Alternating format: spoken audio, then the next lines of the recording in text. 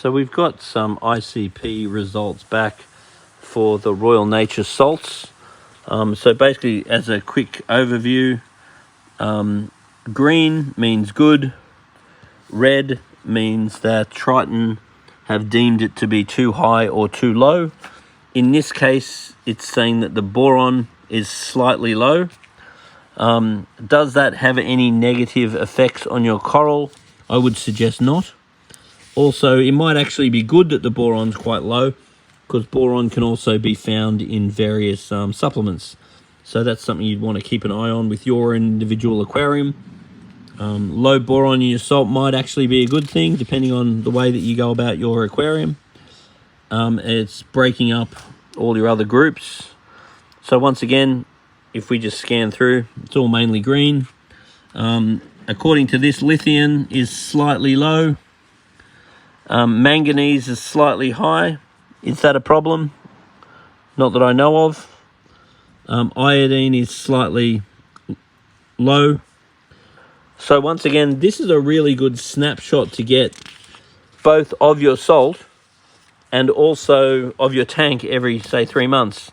Now, the thing is with the salt, let's say that that's your brand of salt, and you're aware that the boron is slightly low. If you believed that there was any issue that the boron was slightly low, then you could make sure that that was in any supplements that you add. But in saying that, let's say, for example, that you're aware that the manganese is slightly high, then you probably want to go out of your way to make sure that your supplements don't dose any manganese. Because basically the salt is going to be your grounding. And if you're doing water changes and you're not supplementing, then these charts look very good. But these charts suddenly become irrelevant as soon as you start supplementing, because your supplement routine is definitely going to affect, even the types of fish foods you use are going to affect over time the results on your actual aquarium. So once again, I think this is a very, very good tool. And I think over time, we will get very good with understanding what the actual highs and lows mean. Now, at the moment, ICP testing is very new. So Triton might tell you, hey, that boron level is slightly low, for example. And that might be their opinion.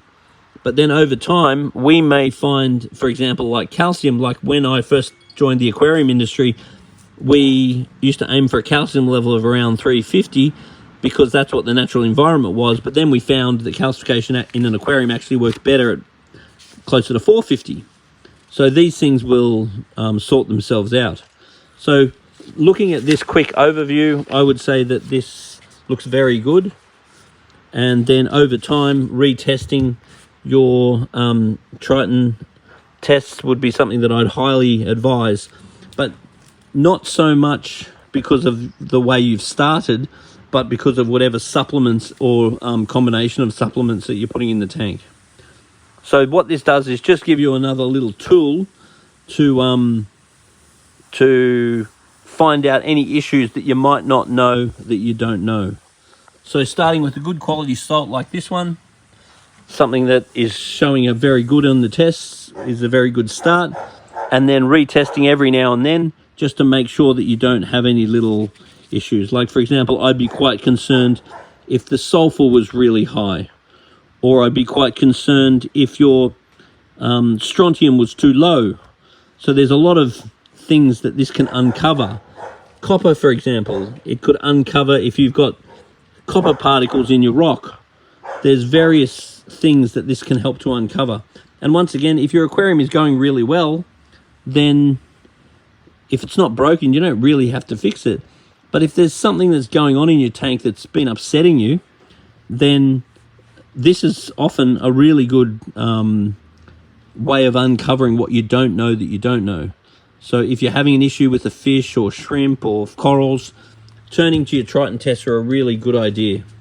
So all in all, I'd be very happy with these results. There's nothing in these results that would concern me.